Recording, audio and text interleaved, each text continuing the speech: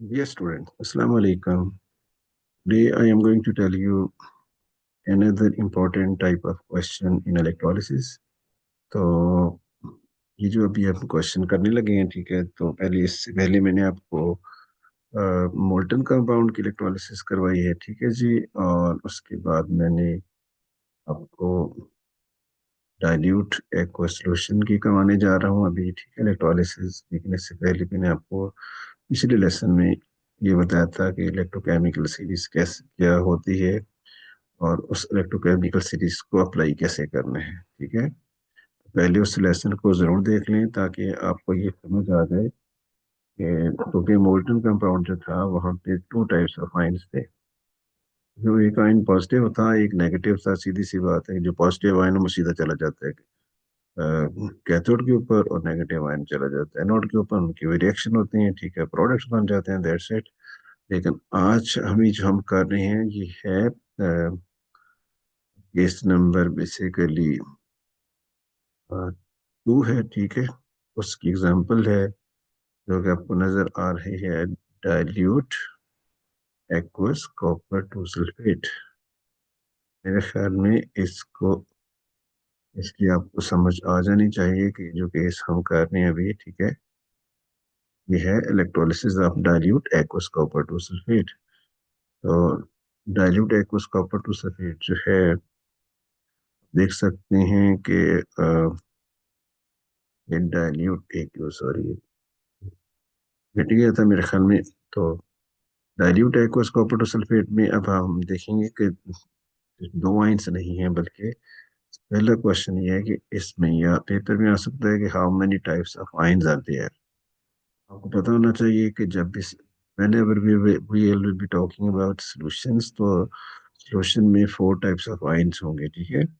जब 4 types of ions होंगे तो उनमें से दो पॉजिटिव आयन हैं, ठीक है। एक आप देख सकते हैं कॉपर आयन है, दूसरा हाइड्रोजन आयन है, और थर्ड सल्फेट आयन है, और फोर्थ वन जो है वो हाइड्रोक्साइड। क्वेश्चन ये है कि जो पॉजिटिव आयन, पहले तो एक ही ऑप्शन थी, अब दो पॉजिटिव आयन हमारे पास होंगे। विच ion will be preferred, ion या फिर हाइड्रोजन आयन। अगर आप इलेक्ट्रोकेमिकल सीरीज देखें तो जो कॉपर है वो यहाँ पे है, और हाइड्रोजन आयन जो है वो सीरीज में यहाँ पे है, ठीक है। तो हमने कहा था कि जो पॉजिटिव आयन्स हैं, ठीक है, उस केस में आपने जो भी आयन पॉजिटिव नीचे वाला होगा उस सीरीज में नीचे होगा, that will be preferred at cathode. तो अब इसमें हम हाइड्रोजन को इग्नोर कर देंगे, तो कॉपर को हम प्रेफर कर लेंगे, ठीक है जी। वही कॉपर विल बी प्रेफर्ड, इसलिए हम प्रेफर करेंगे because it is lower in the electrochemical series and its ability to gain electron mean ability to reduce is greater than that of hydrogen ion, ठीक है। तो चलें कॉपर कॉपर आयन जब आप देख सकते हैं इलेक्ट्रोलिटिक सेल आपके सामने है, ठीक है, ये कैथोड है। अब इसमें हाइड्रोजन आयन भी मैंने शो किया हुआ है और कॉपर आयन भी दिखाया है, ठीक है। इसी तरह हाइड्रोक्साइड आयन भी है और सल्फेट आयन भी है। अगर पूछा जाए कि which ions will be moving toward cathode, तो याद रखिए कि जो भी पॉजिटिव आयन होगा it will try to move like से this. Copper ion, hydrogen ion, both will try to move, will be attracted toward cathode, but only the ion which is lower in the electrochemical series will be preferred, that is copper, ठीक है जी। Copper ion आ गया हमारा cathode के ऊपर, आप देख सकते हैं। यहाँ पे देख सकते हैं कि ये जो कॉपर आयन है, ठीक है, इसको हमने ले लिया कैथोड पे, हाइड्रोजन को नहीं लिया। तो बाद में हम इस पे बात करते हैं। तो कॉपर आयन जो है उसका चार्ज +2 है। How we can neutralize it, it will be neutralized when it will gain 2 electrons and it will become copper metal, ठीक है जी। अब साथ ही जब कॉपर मेटल बन गई है कैथोड पे, तो साथ ही आपको एक क्वेश्चन होगा, we what you will observe.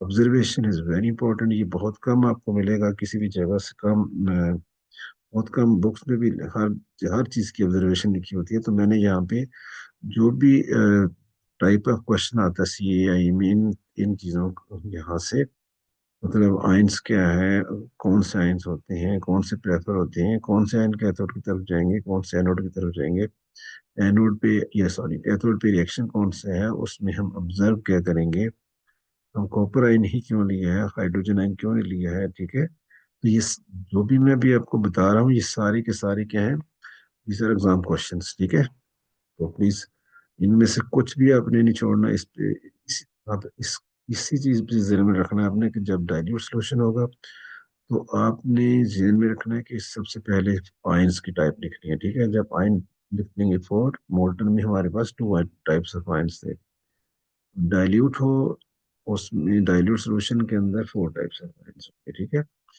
वो रिएक्शन हमने कॉपर का आपके सामने करवा दिया कि जब copper ions, as you can see, they will be attracted toward cathode. Why they're attracted toward cathode? Cathode is a negative terminal. जब कैथोड नेगेटिव टर्मिनल है तो it mean it is a source of electron.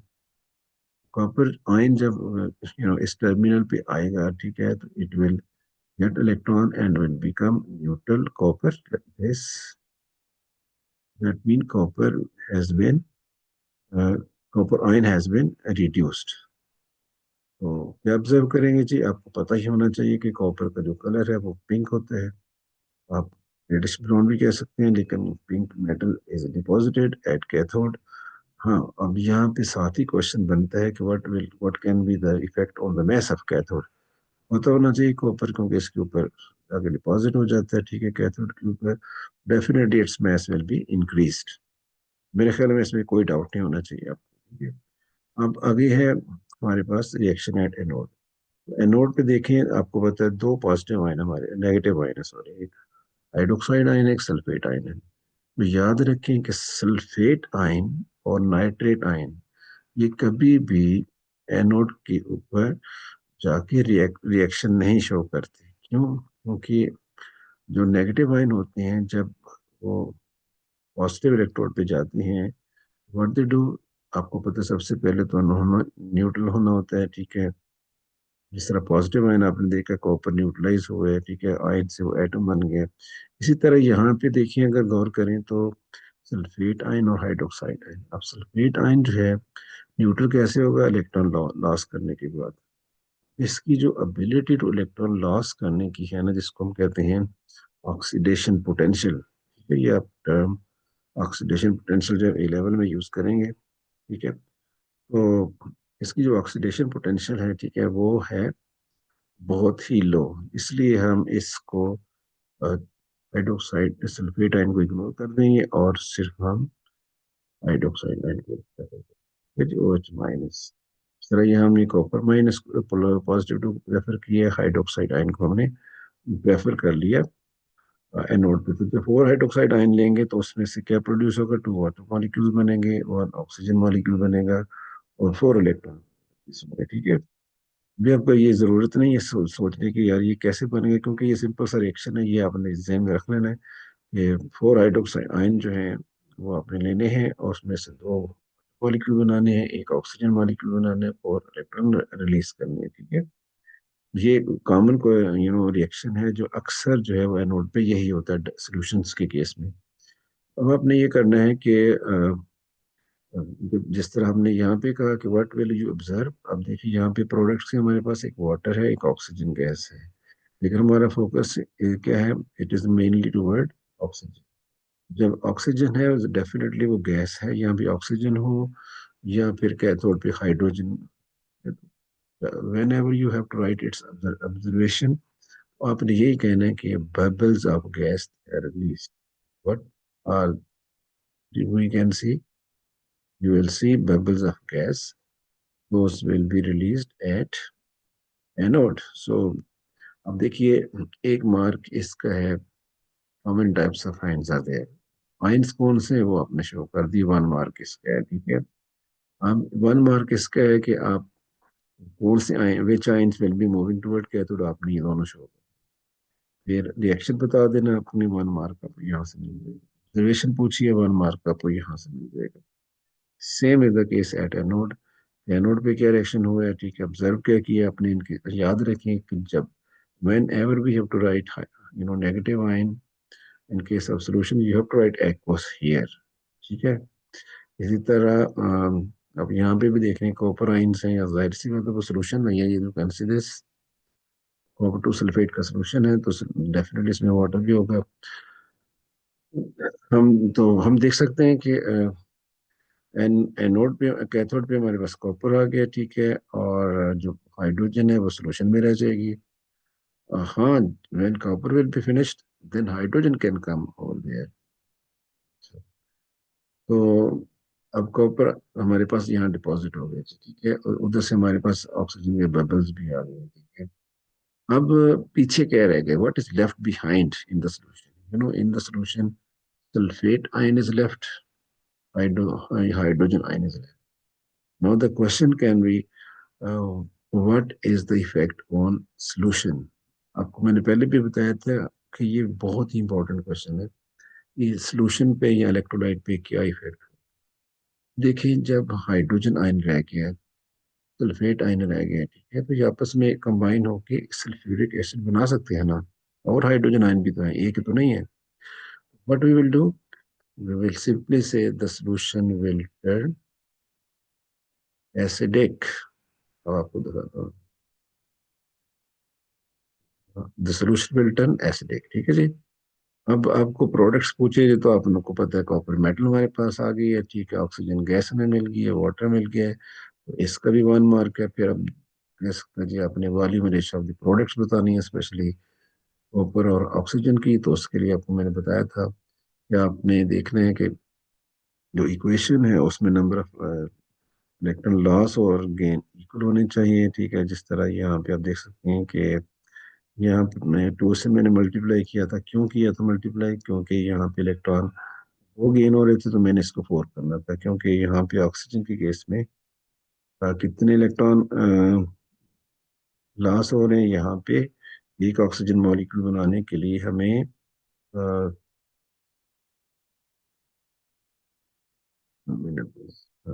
एक oxygen molecule बनाने के लिए हमें 4 electron उसमें से निकालने थे। जब 4 इलेक्ट्रॉन यहाँ पर रिलीज होंगे तो यहाँ पे 4 इलेक्ट्रॉन गेन होंगे, उसके लिए 2 कॉपर आयन होने जरूरी है। फिर एक कॉपर आयन को हमें 2 इलेक्ट्रॉन देने पड़ेंगे टू रिड्यूस इट। समझ आ गई चाहिए आपको। अगर फिर भी कोई मसला है तो प्लीज़ आप कमेंट बॉक्स में कमेंट कर दीजिएगा, और अगर चाहते हैं आपके मैं कुछ और बेहतर करूं आप लोगों के लिए, तो प्लीज़ आप ऐड कर लें। लेकिन आपको इतना क्लियर कर दूं कि जो पास पेपर्स हैं, ठीक है, उनमें जो भी इस डाइल्यूट सोल्यूशन का क्वेश्चन आएगा, तो आपको इतनी इंफॉर्मेशन कहीं से भी नहीं मिलेगी। अब आप सोचते हैं कि यार ये इतना ज्यादा जो चीजें हैं, ठीक है, ये क्वेश्चन में कैसे आ सकती हैं, ठीक है, ऐसे नहीं होता, ठीक है। इसमें से हो सकता है वो आधी चीजें आपसे पूछी जाएं और आधी ना पूछी हों। हम दफा रिडॉक्स रिएक्शन नहीं पूछते, आपको तो रिडॉक्स रिएक्शन भी बनता है, एंड पे ऑक्सीडेशन रिएक्शन और रिडक्शन रिएक्शन को कंबाइन कर दें तो रिडॉक्स रिएक्शन बन जाएगा। इसमें मेरे ख्याल में आपको किसी किस्म की कोई टेंशन नहीं होनी चाहिए। ठीक है जी।